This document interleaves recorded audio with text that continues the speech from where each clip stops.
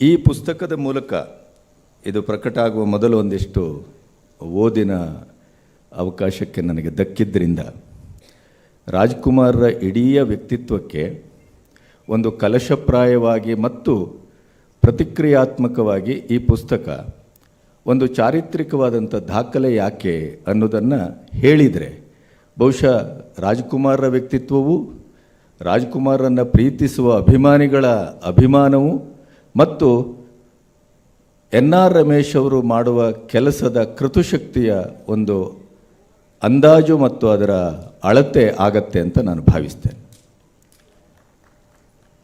ಮೊದಲನೇದಾಗಿ ಈಗಷ್ಟೇ ನನ್ನ ಗೆಳೆಯ ರುಕ್ಕೋಜಿ ಅವರು ಮಾತಾಡಿದಾಗ ಮಕರ ಜ್ಯೋತಿ ಮತ್ತು ಲಡ್ಡಿನ ಪ್ರಶ್ನೆಯನ್ನು ಎತ್ತಿದರು. ನಾನು ಅತ್ಯಂತ ಕಟುವಾಗಬಹುದು ಕೆಲವರಿಗೆ, ಆದರೆ ನಿರ್ದಾಕ್ಷಿಣ್ಯವಾಗಿ ಹೇಳ್ಬೋದು ಅಂತಾದರೆ ನಮ್ಮ ನಂಬಿಕೆಯ ಮಕರ ಜ್ಯೋತಿಯ ಅಸಲಿಯತ್ತು ಬಯಲಾಗಬಹುದು, ನಾವು ನಂಬಿ ತಿನ್ನುವ ಲಾಡಿನ ಮೂಲ ಧಾತು ಬದಲಾಗಬಹುದು, ಆದರೆ ರಾಜ್ಕುಮಾರ್ರ ಬದುಕಿನ ಸಂವೇದನೆ ಮತ್ತು ಅದರ ಶಿಸ್ತು, ಅದರ ಸರಳತೆ ಅದು ಯಾವತ್ತೂ ಬದಲಾಗಲಿಕ್ಕೆ ಸಾಧ್ಯ ಇಲ್ಲ. ನಾನೊಂದು 10 ವರ್ಷ ಒಡನಾಟ ಮಾಡಿದಾಗ ರಾಜ್ಕುಮಾರ್ ಎಂಥವರು ಅಂತ ನೀವು ಭಾವಿಸೋದಿದ್ರೆ, ಒಬ್ಬ ವ್ಯಕ್ತಿಯ ಅನುಪಸ್ಥಿತಿಯಲ್ಲಿ ರಾಜ್ಕುಮಾರ್ ಅವರು ಒಂದು ಅಪಭ್ರಂಶವನ್ನು ಮಾತಾಡಿದ್ದನ್ನು ಈ ಕಿವಿಗಳು ಯಾವತ್ತೂ ಕೇಳಲಿಲ್ಲ. ಅದು ರಾಜ್ಕುಮಾರ್. ಕಾಲುಗಂಟಿನ ಆಪರೇಷನ್ ಆಗಿ ನಡೆಯಬಾರದು ಅಂತ ಹೇಳಿದ್ರು, ನಮ್ಮಂಥ ಹುಲುಮಾನವರು ಹೋದರೂ ಕೂಡ ಅವರ ಮನೆಯ ಎದುರು ಬಂದು ಆ ಮರದ ಅಡಿಯಲ್ಲಿದ್ದಂಥ ಗಣಪತಿ ದೇವಸ್ಥಾನದ ಎದುರು ನಿಂತು ಬೀಳುಕೊಡದೇ ಇದ್ದರೆ ಅದು ರಾಜ್ಕುಮಾರ್ ಅಲ್ಲ. ಮತ್ತು ರಾಜ್ಕುಮಾರ್ ಅವರು ಕಟ್ಟಿದ್ದು ಕೇವಲ ಚಿತ್ರರಂಗ ಅಲ್ಲ, ರಾಜ್ಕುಮಾರ್ ಕಟ್ಟಿದ್ದು ನಮ್ಮಂಥವರ ಬದುಕನ್ನು ಕೂಡ, ಭಾವವನ್ನು ಕೂಡ, ಈ ಸಮಾಜವನ್ನು, ಸಂಸ್ಕೃತಿಯನ್ನು. ಈಗ ನಾವೇನಾದರೂ ಇವತ್ತು ಪತ್ರಿಕೋದ್ಯಮಕ್ಕೆ ಅಥವಾ ಈ ಅಕ್ಷರದ ಯಜ್ಞಕ್ಕೆ ಮುಖಾಮುಖಿಯಾಗಿದ್ದೇವೆ ಅಂತಂದರೆ ಅದು ನನ್ನ ಹಿರಿಯರು ತೋರಿಸಿದ ರಾಜ್ಕುಮಾರ್ ಸಿನಿಮಾ. ಹಾಗಾಗಿ ರಾಜ್ಕುಮಾರ್ ಒಂದು ರೀತಿಯಲ್ಲಿ ಈ ನೆಲದ ಬಹಳ ಅದ್ಭುತವಾದಂಥ ಒಂದು ಸವಾಲಿನ ವೃಕ್ಷ. ಅದು ನೀವು ಯಾವುದರಲ್ಲಿ ರಾಜ್ಕುಮಾರನ್ನು ಎದುರಿಸ್ತೀರಿ? ರೂಪದಲ್ಲಿ ಎದುರಿಸ್ತೀರಾ? ಒಬ್ಬ ವೆಸ್ಟರ್ನ್ ಬಂದು ವಿ ಶೇಪಿನ ಬಾಡಿ ಅನ್ನೋದಕ್ಕೆ ವ್ಯಾಖ್ಯಾನಿಸಿದ್ದಕ್ಕೆ ಆಕರವಾದವರು ರಾಜ್ಕುಮಾರ್. ಅದು ಅವರ ರೂಪ. ರಾಜ್ಕುಮಾರ್ ಇನ್ಶರ್ಟ್ ಮಾಡ್ತಾರೆ, ರಾಜ್ಕುಮಾರ್ ಹಾಡ್ತಾರೆ ಅಂತ ತುಂಬ ಜನ ಮಾಡಿದರು, ಆದರೆ ಅದು ಸಕಾರಾತ್ಮಕವಾಗಿ ನಮ್ಮ ಕಣ್ಣೆದುರು ಆಕೃತಿಗೊಳ್ಳಿಲ್ಲ, ಅದು ವಿಕಾರವಾಗಿಯೇ ಇತಿಹಾಸ ಆಯಿತು.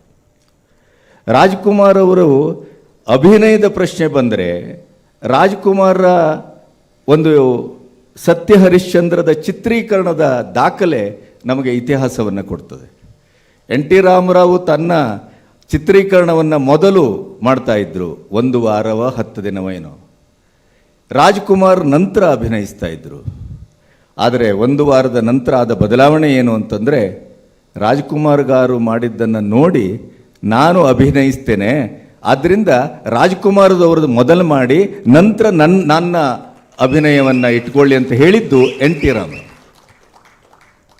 ಭಕ್ತ ಕುಂಬಾರ ಇವತ್ತಿನವರೆಗೆ ಯಾರೂ ಮಾಡಲಿಕ್ಕಾಗಿಲ್ಲ. ಶಿವಣ್ಣ ಮಾಡ್ತೀರಿ ಅಂತ ಹೋದಾಗ ಇದೇ ಸುಬ್ಬಣ್ಣನಂಥವ್ರು, ನನ್ನಂಥವರು, ಪ್ರೇಮ್ನಾಥ್ನಂಥವ್ರು ಹೋಗಿ ಪಾರ್ವತಮ್ಮನವರ ಹತ್ರ ಕಟುವಾಗಿ ಹೇಳಿದೆವು, ಅಂಥ ಸಿನಿಮಾವನ್ನು ಶಿವಣ್ಣ ಅಲ್ಲ, ಈ ನೆಲದ ಇನ್ಯಾವ ವ್ಯಕ್ತಿಯೂ ಮಾಡಲಾರರು. ಹಾಗಾಗಿ ಆ ಒಂದು ತೂಕವನ್ನು, ಆ ಒಂದು ಪ್ರೀತಿಯನ್ನು, ಆ ಎತ್ತರವನ್ನು, ಆ ಬಿತ್ತರವನ್ನು ದಯವಿಟ್ಟು ಹಾಳು ಮಾಡಬೇಡಿ. ರಾಜ್ಕುಮಾರು ಕನ್ನಡ ನಾಡು, ಕನ್ನಡದ ಸಂಸ್ಕೃತಿ, ಕನ್ನಡದ ಭಾಷೆ, ಅವರಿಗೆ ಹಿಂದಿಯಿಂದ, ತಮಿಳಿನಿಂದ, ತೆಲುಗಿನಿಂದ, ಮುಖ್ಯವಾಗಿ ತಮಿಳು ಮತ್ತು ತೆಲುಗು ಪೌರಾಣಿಕ ಮತ್ತು ಐತಿಹಾಸಿಕ ಸಿನಿಮಾಗಳನ್ನು ಇಟ್ಟುಕೊಂಡು ಭಾರತೀಯ 100 ವರ್ಷವನ್ನು ಇಟ್ಕೊಂಡು ನೋಡಿದರೂ ಕೂಡ ಇವತ್ತಿಗೂ ರಾಜ್ಕುಮಾರ್ ಮಾಡಿದಂಥ ಆ 2 ನೆಲೆಗಳ ಪಾತ್ರಗಳಿದೆಯಲ್ಲ, ಅದು ಎನ್ ಟಿ ರಾಮರಾವ್ ಅಲ್ಲ, ಇನ್ಯಾರೂ ಅಲ್ಲ, ಯಾರೂ ಅಲ್ಲ, ಅದು ರಾಜ್ಕುಮಾರ್. ನಾನು ನನ್ನ ಹುಟ್ಟಿದ ಜಾತಿ ದೇವಸ್ಥಾನದ ಸುತ್ತಮುತ್ತ ಇರುವಂಥ ಒಂದು ವರ್ಗ ನಂದು. ಹಾಗಾಗಿ ನಮಗೆ ಈ ದೇವಸ್ಥಾನದ ಕೈಂಕರ್ಯ, ವೇದ, ಉಪನಿಷತ್ತು, ಸಂಗೀತ, ಸಾಹಿತ್ಯ, ಕಲೆ, ಕೈಂಕರ್ಯಗಳು ಇವೆಲ್ಲ ಸ್ವಲ್ಪ ಜ್ಞಾನ ಇದೆ. ರಾಜ್ಕುಮಾರ್ ತನ್ನ ಚಿತ್ರ ಅಂತ ಒಪ್ಪಿದ್ದು ಒಂದೇ ಸಿನಿಮಾ, ಅದು ರಾಘವೇಂದ್ರ ಸ್ವಾಮಿಯ ಚಿತ್ರ. ಆ ಇಡೀ ಸಿನಿಮಾವನ್ನು ನೋಡಿ, ನೀವು ಒಂದು ಸಂತ ಪರಂಪರೆಯನ್ನು ನೋಡಿ, ಅಥವಾ ಉತ್ತರಾದಿ ಮಠ ಈಗ ರಾಘವೇಂದ್ರ ಸ್ವಾಮಿಗಳು ಅಂತ ಬಂದರೆ ಅದರ ಕೈಂಕರ್ಯವನ್ನು ನೋಡಿ, ಕೂತ್ಕೊಳ್ಳೋದ್ರಿಂದ ಹಿಡಿದು, ಕೈಯನ್ನು ಇಡುವುದರಿಂದ ಹಿಡಿದು, ನೋಡುವ ನೋಟದಿಂದ ಹಿಡಿದು, ಎದುರು ಬರುವ ಭಕ್ತರನ್ನು ಕಾಣುವುದರಿಂದ ಹಿಡಿದು, ಮಂತ್ರಾಕ್ಷತೆಯನ್ನು ಕೊಡುವುದರಿಂದ ಹಿಡಿದು, ಅದಕ್ಕೆ ಅದರದೇ ಆದಂಥ ಒಂದು ಸಂಸ್ಕಾರ ಪ್ರಜ್ಞೆ ಅಂತಿದೆ. ನೀವು ಆ ಸಿನಿಮಾವನ್ನು ಇಟ್ಟು ಸ್ಟಡಿ ಮಾಡ್ಬೋದು. ರಾಜ್ಕುಮಾರ್ ಎಲ್ಲಿಯೂ ಒಂದು ರಾಗಿಯ ಕಾಳಿನಷ್ಟು ಕೂಡ ವ್ಯತ್ಯಾಸ ಆಗಿಲ್ಲ ಅನ್ನೋದನ್ನು ಫೇಜಾವರ್ ಸ್ವಾಮಿಗಳಂತವ್ರು ಹೇಳಿದ್ದಾರೆ. ಇದನ್ನು ನಾನಲ್ಲ. ಹಾಗಾಗಿ ಅಭಿನಯದಲ್ಲೂ ಎದುರಿಸಲಿಕ್ಕಾಗೋದಿಲ್ಲ, ಜನನಾಯಕ ಅಲ್ಲಿಯೂ ಆಗುವುದಿಲ್ಲ. ಗೋಕಾಕ್ ಚಳವಳಕ್ಕೆ ರಾಜ್ಕುಮಾರ್ ಧುಮುಕದೇ ಇದ್ದರೆ ಗೋಕಾಕ್ ಚಳವಳಕ್ಕೆ ಇಂಥ ಒಂದು ಶಕ್ತಿ ಸಂಚಯ ಆಗ್ತಾನೇ ಇರಲಿಲ್ಲ ಅಂತ ಪಾಟೀಲ್ ಪುಟ್ಟಪ್ಪನವರಿಂದ ಹಿಡಿದು ಕುವೆಂಪುನವರವರೆಗೆ ಹೇಳಿದರು. ಹಾಗಾಗಿ ನೀವು ರಾಜ್ಕುಮಾರನ್ನು ಕೊನೆಗೂ ಎಲ್ಲಿಗೆ ತಾಂಡ್ತೀರಿ ಅವರನ್ನು. ಆಮೇಲೆ ಇನ್ನೊಂದು ಹೇಳಬೇಕು ನಿಮಗೆ, ಇದನ್ನು ಹೇಳಲೇಬೇಕು, ಅದು ಎನ್ ಆರ್ ರಮೇಶು ಅದನ್ನು ದಾಖಲಿಸಿದ್ದಾರೆ. ರಾಜ್ಕುಮಾರ್ ಅನ್ನುವ ಒಂದು ವ್ಯಕ್ತಿತ್ವ, ಒಂದು ಯುಗ ಪುರುಷ, ಶೂದ್ರ ಸಮಾಜದಿಂದ ಬಂದದ್ದೇ ಅಪರಾಧ ಆಯ್ತು. ಇಲ್ಲಿ ಆದ ದೊಡ್ಡ ತಪ್ಪೇನು ಅಂತಂದರೆ, ರಾಜ್ಕುಮಾರ್ ಹುಟ್ಟಿನ ನೆಲೆ ಇಡೀಯದಾಗಿ ಅದನ್ನು ಒಂದು ವರ್ಗ ಸಹಿಸಲಿಲ್ಲ. ಅದು ಪತ್ರಕರ್ತರಂತ ಅಷ್ಟೇ ಅಲ್ಲ, ಕಲ್ಯಾಣ ಕುಮಾರ್ ಮಾಡಲಿಲ್ವೇ? ಯಾರು ಮಾಡಲಿಲ್ಲ? ಸಿನಿಮಾದ ಒಳಗಿನವ್ರು ಮಾಡಲಿಲ್ವೇ? ಭೋಜರಾಜನ ಪಾತ್ರವನ್ನು ಮಾಡಿ ರಾಜ್ಕುಮಾರ್ಗಿಂತ ಚೆನ್ನಾಗಿ ನಾನು ಮಾಡಿದೆ ಅಂತ ಹೇಳ್ಕೊಂಡು ತಿರುಗಾಡ್ದವ್ರು ನೋಡಿಲ್ವೇ? ಯಾರೇನು ನೋಡಿಲ್ಲ ನಾವು. ರಾಜ್ಕುಮಾರ್ ಸಿನಿಮಾದಲ್ಲಿ ಮಗನ ಪಾತ್ರ ಮಾಡಿ ಸನಾದಿ ಅಪ್ಪಣ್ಣನಲ್ಲಿ ನಾನು ವರ್ತಿಸಿದ ಆ ಪಾತ್ರದ ರೀತಿಗೆ ತನ್ನ ಬದುಕೇ ಹಾಳಾಗೋಯ್ತು ಅಂತ ಈಗ ಹೇಳ್ತಾ ಇದ್ದಾರೆ ಅಶೋಕ್. ಒಮ್ಮೆ ಅದು ಸತ್ಯ ಅಂತ ಒಪ್ಪಿಕೊಂಡ್ರೆ ರಾಜ್ಕುಮಾರ್ರ ಅಭಿಮಾನದ ಮತ್ತು ಅಭಿಮಾನಿಗಳ ಎದೆಯಲ್ಲಿ ಆಕೃತಿಗೊಂಡಂಥ ರಾಜ್ಕುಮಾರ್ರ ವ್ಯಕ್ತಿತ್ವದ ಲಕ್ಷಣ ಅಂತ ನಾನು ಭಾವಿಸ್ತೇನೆ. ಅದನ್ನು ಅಂಥ ವ್ಯಕ್ತಿತ್ವವನ್ನು ಎಲ್ಲಿ ಅವರನ್ನು ಅದುಂಬೇಕು ಅಂತ ಹೊರಟರು. ಒಲವು ಗೆಲುವಿನಲ್ಲಿ ಶೇಕ್ಸ್ಪಿಯರ್ನ ಪಾಠ ಮಾಡಿದಾಗ ಅದಕ್ಕೆ ಆಕ್ಷೇಪ ಮಾಡುವ ಒಂದು ದಾಷ್ಟ್ಯವನ್ನು ತೋರಿದರು. ಕವಿರತ್ನ ಕಾಳಿದಾಸದ ಒಂದು ಆ ಸ್ತುತಿಯನ್ನು ಶೂದ್ರ ಹೇಳಬಾರದು ಅನ್ನುವ ರೀತಿಯಲ್ಲಿ ವರ್ತಿಸಿತು ಒಂದು ವರ್ಗ. ಮಂತ್ರಾಲಯದ ಶ್ರೀಗಳ ಪಾತ್ರವನ್ನೇ ಹೆಂಡ ಇಳಿಸುವ ಜಾತಿಯಿಂದ ಬಂದಂಥವ್ರು ಮಾಡಬಾರ್ದು ಅಂತಂದರು. ರಾಜ್ಕುಮಾರ್ಗೆ ಆ್ಯಸಿಡ್ ಹಾಕ್ಲಿಕ್ಕೆ ಹೊರಟರು, ರಾಜ್ಕುಮಾರನ ಕೊಲೆ ಮಾಡಲಿಕ್ಕೆ ಹೊರಟರು. ಎಲ್ಲಿಯೂ ಆಗಿಲ್ಲ. ದೈವಾಂಶ ಸಂಭೂತ ಆಂಜನೇಯನ ಪುತ್ರ, ಸಾವು ಅಷ್ಟು ಸುಲಭದಲ್ಲಿ ದಕ್ಕುವುದಿಲ್ಲ. ಅದು HF ನಾಯ್ಕರು ಬರೆದಂಥ ಮತ್ತು ಅವರ ಒಟ್ಟಿಗೆ ಸಂದರ್ಶನ ಮಾಡಿ ಅವರು ಹೇಳಿದ ದರ್ಶನದ ಒಂದು ಸತ್ಯವನ್ನು ಇಟ್ಟುಕೊಂಡು ನಾನು ಪುಸ್ತಕ ಬರೆದಿದ್ದೇನೆ, ರಾಜ್ಕುಮಾರ್ 100ಕ್ಕೆ 100 ಇಚ್ಛಾಮರಣಿ ಅಂತ, ವೈಜ್ಞಾನಿಕವಾಗಿ, ಸೈಂಟಿಫಿಕಲಿ. ಹಾಗಾಗಿ ರಾಜ್ಕುಮಾರನ್ನು ಆಗದೇ ಇದ್ದವರು, ಬಂಗಾರದ ಮನುಷ್ಯನಿಗೆ ಅಬದ್ಧವನ್ನು ನುಡಿದ್ರು ಪುಟ್ಟಣ್ಣ. ಬಂಗಾರದ ಮನುಷ್ಯ ಏನಾಯಿತು? 7 ಆನೆಗಳು ಸತ್ತು ಹೋಗಿ ಬೆಂಕಿ ದುರಂತಾಗಿ ಈಗಾದರೆ ನಾನ್ ಬೇಲೇಬಲ್ ವಾರೆಂಟಲ್ಲಿ ಒಳಗಿರಬೇಕಾಗಿತ್ತು ನಿರ್ಮಾಪಕರು. ಆದರೆ ಅಂಥ ಎಲ್ಲ ಸವಾಲುಗಳನ್ನು ಎದುರಿಸಿ ಸಿನಿಮಾ ಮಾಡಿದರು. ರಾಜ್ಕುಮಾರ್ಗಾಗಿ ಜೀವ ಕೊಡಬಲ್ಲೆ ನಾನು ಅಂತ ಹೇಳಿದರು ಅವರು. ಇಂಥ ಸಂದರ್ಭಗಳಲ್ಲಿ ರಾಜ್ಕುಮಾರನ್ನು ಕುಬ್ಜ ಮಾಡೋದ್ರೆ ಹೇಗೆ? ಈ ಪುಸ್ತಕದ ಚಾರಿತ್ರಿಕವಾದ ನೆಲೆ ಯಾಕೆ ಅಂತಂದರೆ, ಅದು ರಾಜ್ಕುಮಾರನ್ನು ಕುಬ್ಜ ಮಾಡಲಿಕ್ಕೆ ಕೊನೆಗೂ ಚಾರಿತ್ರ್ಯ ಹರಣ ಮಾಡಬೇಕು. ಅದಕ್ಕಿರುವ ಏಕೈಕ ಸಾಧ್ಯತೆ ಅಂದರೆ ಚಾರಿತ್ರ್ಯ ಹರಣ. ರಾಜ್ಕುಮಾರ್ ಅವರೊಟ್ಟಿಗೆ ಎಷ್ಟು ಜನ ಅಭಿನಯಿಸಿಲ್ಲ? ಲೀಲಾವತಿ ಒಬ್ಬರೇ ಅಲ್ಲ, ಭಾರತೀಯವರ ಬಗ್ಗೆ ಮಾತಾಡಿದ್ರೆ ಒಂದು 10 ತಾಸು ಮಾತಾಡ್ಬೋದು. ಆಮೇಲೆ ಜಯಂತಿ ಇದ್ದಾರೆ. ಆಮೇಲೆ ಕನ್ನಡ ಚಿತ್ರರಂಗದಲ್ಲಿ ಅತ್ಯಂತ ಮುಗ್ಧ, ಅತ್ಯಂತ ಶುದ್ಧ, ಅತ್ಯಂತ ಭಾವನಾತ್ಮಕವಾದಂಥ, ಸರಳವಾದ, ಒಳಗೆ ಮತ್ತು ಹೊರಗೆ ಎರಡು ಬದುಕನ್ನು ಇಟ್ಟುಕೊಳ್ಳದೇ ಬದುಕಿದಂಥ ಏಕೈಕ ನಟಿ. ಹಣಕ್ಕಾಗಿ, ಬದುಕಿಗಾಗಿ, ಆಸ್ತಿಗಾಗಿ ಎಲ್ಲಿಯೂ ಯೋಚನೆ ಮಾಡದೇನೆ ತನ್ನ ದೇಹದಿಂದ ಹಿಡಿದು, ತನ್ನ ರೂಪದಿಂದ ಹಿಡಿದು, ತನ್ನ ಅಭಿನಯದವರೆಗೆ ಎಲ್ಲವನ್ನು ಹಾಸಿ ಬದುಕಿದವರು ಯಾರಾದರೂ ಇದ್ದರೆ ಅದು ಜಯಂತಿ ಮಾತ್ರ. ಜಯಂತಿ ಅವತ್ತು ನಾಟಕ ಮಾಡಿಲ್ಲ. ಇವತ್ತು NR ರಮೇಶ್ ತೆಗೆದಿದ್ದಾರೆ ಅವರ ಜಾತಕವನ್ನು, ಲೀಲಾವತಿ ಅವರದು ಇಷ್ಟು ಜಮೀನಿದೆ, ಅದರ ಕೋಟಿ ಎಷ್ಟು ಅಂತ ಅವರು ಹೇಳ್ತಾರೆ. ಇದೇ ವಿಧಾನಸೌಧದಲ್ಲಿ ನಾನು ಐ ವಿಟ್ನೆಸ್ ಇದ್ದೇನೆ. ಇದೇ SM ಕೃಷ್ಣರವರು ಮುಖ್ಯಮಂತ್ರಿ ಆಗಿದ್ದಾಗ ನನಗೇನೂ ಇಲ್ಲ, ನಾನು ಒಂದು ಇದು ಹಾಗೆ ಹೀಗೆ ಅಂಥೇಳಿ ಕಣ್ಣೀರು ಹಾಕ್ಕೊಂಡು ಗೌರ್ಮೆಂಟಿನ ವತಿಯಿಂದ ನನಗೊಂದಿಷ್ಟು ಜಾಗ ಕೊಡಿ ಅಂತ ಕೇಳ್ತಾ ಇದ್ದಂಥವ್ರು ಇದೇ ಲೀಲಮ್ಮ.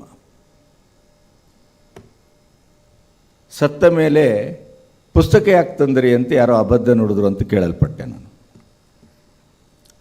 ರಾಜ್ಕುಮಾರಿಗೆ ಚಾರಿತ್ರಿಕವಾದ ಸಾವು ತರಬೇಕು ಅಂತ ಹೊರಟ್ರಲ್ಲ, ಆವಾಗ ಯೋಚನೆ ಇರಲಿಲ್ವಾ ಇದು? ಈಗ ಲೀಲಮ್ಮ ಇಲ್ಲ ನೀವು ಯಾಕೆ ಪುಸ್ತಕ ಬರೆದ್ರಿ ಅಂತಂದ್ರಲ್ಲ, ಅಂಥ ಒಬ್ಬ ಶಕಪುರುಷನಿಗೆ ಇಂಥ ಒಂದು ಚಾರಿತ್ರ್ಯ ಹನನ ಮಾಡುವಂಥ ಒಂದು ಅಬದ್ಧವನ್ನು ಅಂಟಿಸಿದ್ರಲ್ಲ, ಅದನ್ನು ನೋಡ್ಕೊಂಡು ಸುಮ್ಮನುಳಿಬೇಕಾ? ಅವರಿಗೆ ಯೋಗ ಇರಲಿಲ್ಲ ಲೀಲಾವತಿ ಅವರಿಗೆ. ಅವರಿದ್ದಾಗಲೇ ದಾಖಲೆ ಸಮೇತ ಪ್ರಕಟಿಸುವಂಥ ಸಂದರ್ಭ ಒದಗಲಿಲ್ಲ ಅಷ್ಟೇ. ಆದರೆ ಅವರಿದ್ದಾಗಲೇ ನಾವು ಹೇಳಿದ್ದೆವು, ನಿಮಗಂಥ ಒಂದು ಧೈರ್ಯ ಇದ್ದರೆ DNA ಟೆಸ್ಟ್ ಮಾಡಿ ಅಂತ. ಮಾಡಲಿಲ್ಲ. ಯಾಕೆ ಮಾಡಲಿಲ್ಲ?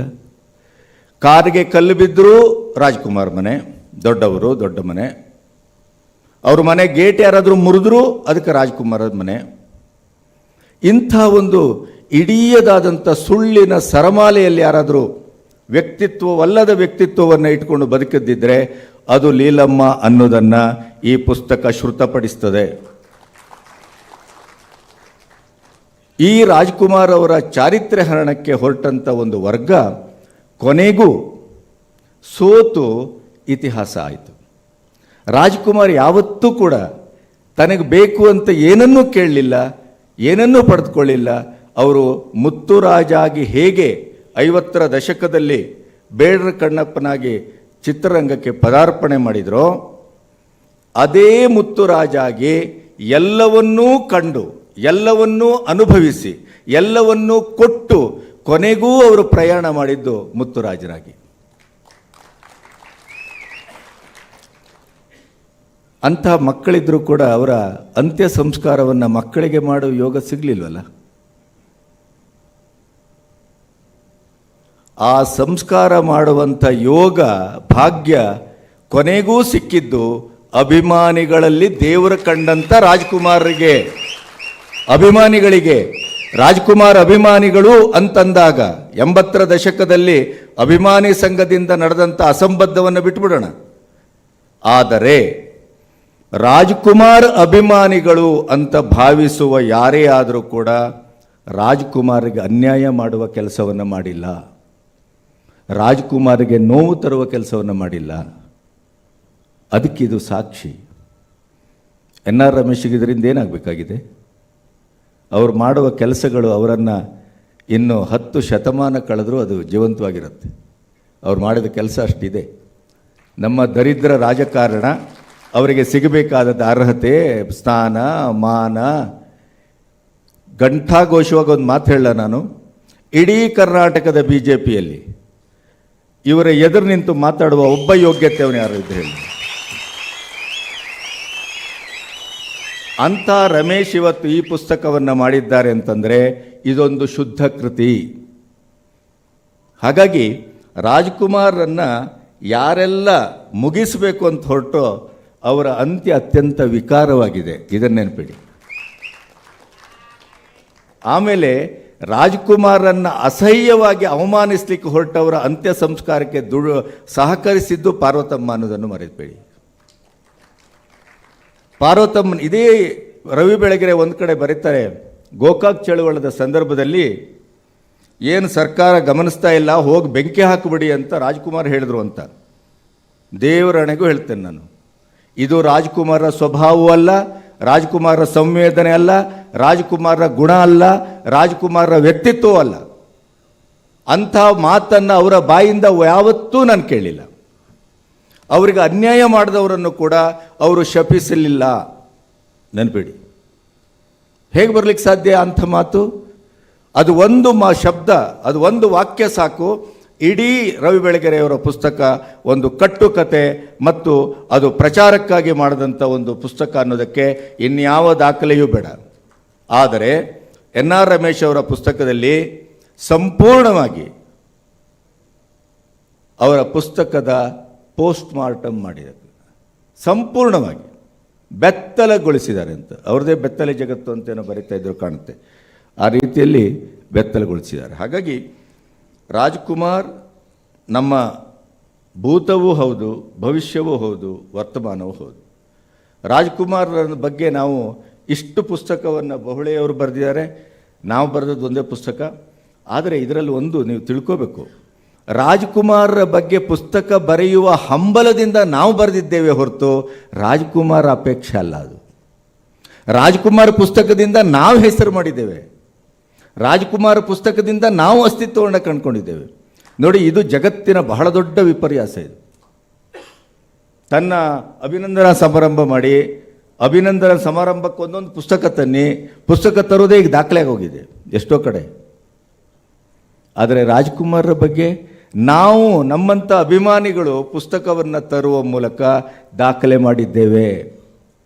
ಇದು ಹಾಗಾಗಿ ಈ ಪುಸ್ತಕವನ್ನು ಯಾಕೆ ಓದಬೇಕು ಅಂತಂದರೆ, ರಾಜ್ಕುಮಾರ್ ಅವರ ಬಗ್ಗೆ ಅಂಟಿಸಲು ಹೊರಟಂಥ ಒಂದು ಚಾರಿತ್ರ್ಯದ ವಿಕಾರ ಇದೆಯಲ್ಲ, ಅದನ್ನು ಸಂಪೂರ್ಣವಾಗಿ ಶುದ್ಧವಾಗಿ ದಾಖಲೆ ಸಮೇತ ತೊಡೆದು ಹಾಕುವ ಕೆಲಸವನ್ನು ರಮೇಶ್ ಮಾಡಿದ್ದಾರೆ.